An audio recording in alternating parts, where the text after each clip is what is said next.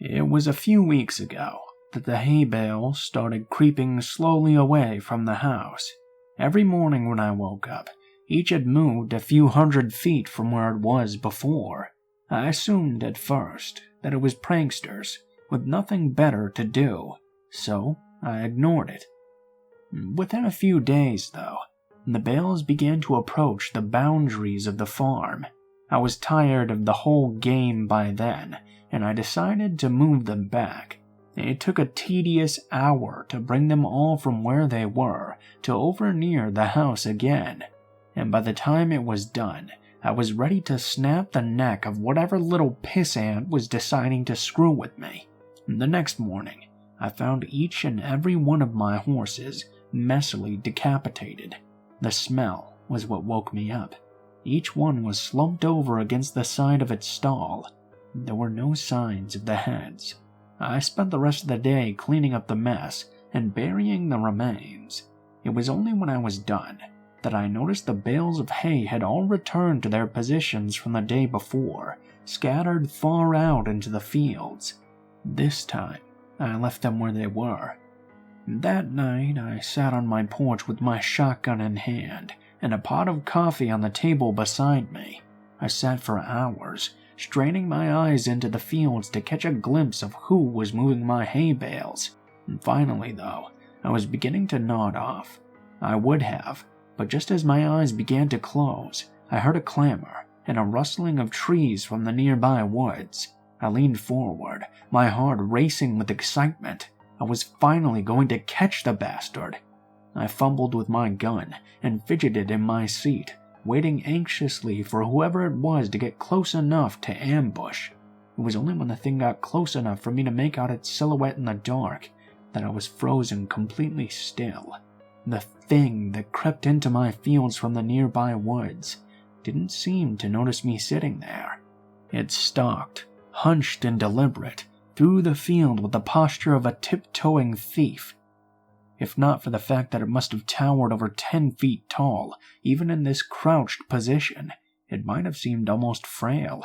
The thinness of its arms and legs, and the emaciated, caved-in quality of its chest reminded me of a starving animal. Still, this thing was undeniably strong. I watched it hoist each bale up into its arms with ease, and set it carefully a while away, taking only a few strides to cover the distance.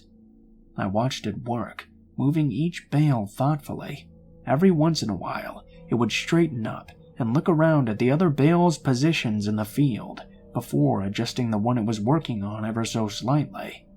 Before it left, it looked towards the house. I felt its eyes sweep over me in the dark, but whether it saw me or not, I couldn't tell.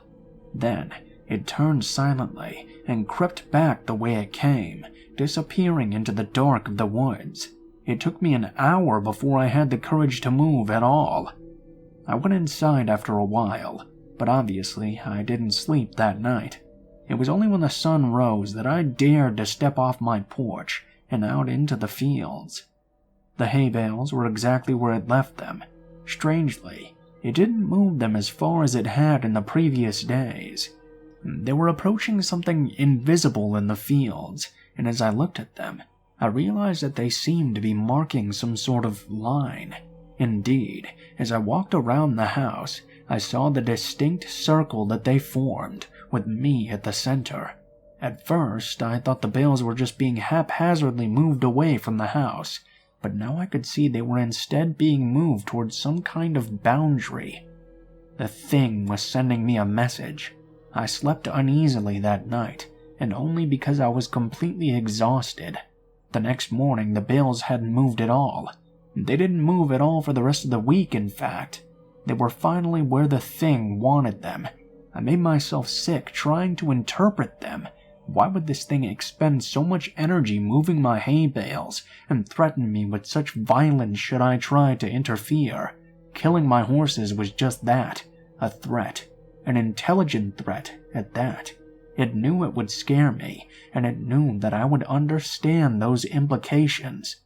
The sound of an automobile working its way along the road to my farm one morning gave me a little rush of excitement.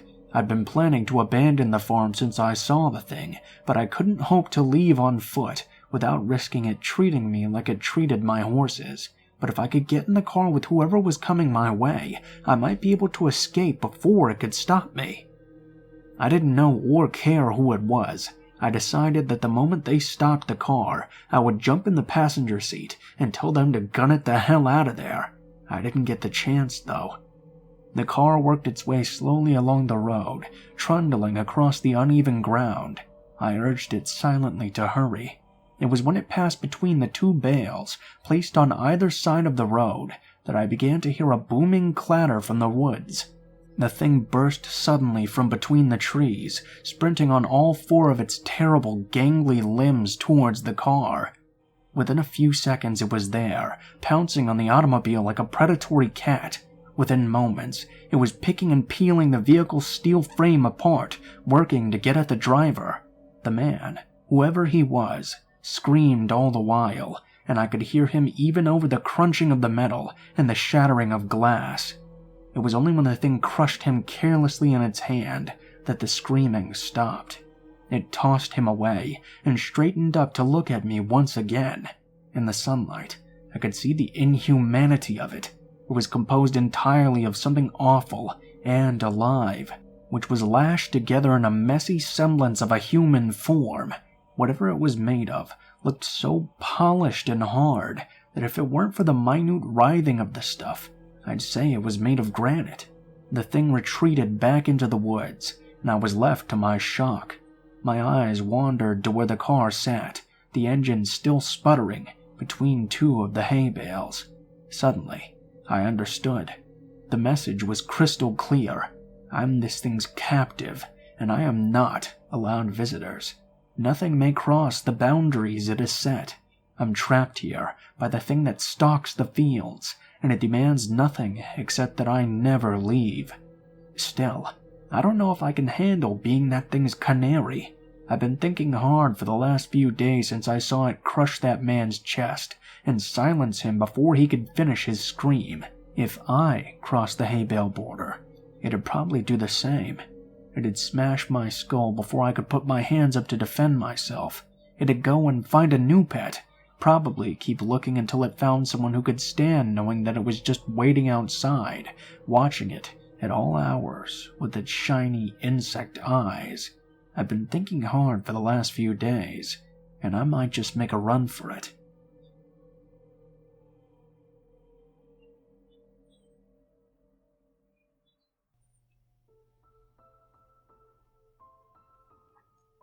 What is up, guys? Blue Spooky here, as always. Thank you guys so much for watching, especially if you made it this far to the end of the video.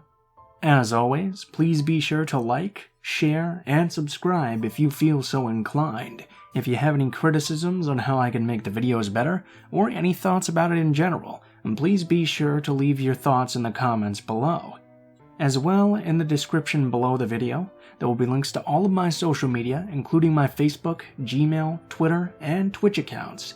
If you guys want to chat, please be sure to send me a message on any of those. I'll try to get back to you as soon as possible. Please be forewarned, though, that I tend to go on Facebook less than the others, so it may take me a little bit longer to respond to you. If you want to send in a story, or you have a story that you'd like to be read, please be sure to take a look at the description and send me a message on any one of those sites. If you do decide to send in a story, please be sure to include the name of the story if it has one, the theme of the story if it has one as well, and how you would like to be credited in the video the story appears in, and how you would like to be credited in the description of the video the story appears in. And please be sure to include as much detail as you are comfortable with, and make sure to follow proper grammar at least a little bit. That way it will be easier for me to read, and it will also be long enough to put into a video. If you guys are curious about the music used in the video, it's always listed in the description in the order which it appears, and I have links to the artists as well. I usually use Doblado Studios and Miyuji, so that's usually what you're going to find there. If you're curious about the art in the video, my art guy Alan always does all of my art for the channel. He's a very good friend of mine, and I have links to all of his social media as well, so if you like his stuff, be sure to check him out. He does commissions as well, I'm pretty sure, so if you like it, you can definitely get some good quality products from him. I don't think there's too much new updates today, other than the fact that I'm very excited for the PlayStation 5 coming out, and I just ordered Pikmin 3 on the Switch, so hopefully that gets here soon. I've been waiting like 3 years for that because nobody bought a Wii U. So, yeah, that's my news for now. Be sure to let me know how you guys are doing as well. Thank you guys so much for watching, and I hope you guys have a great day.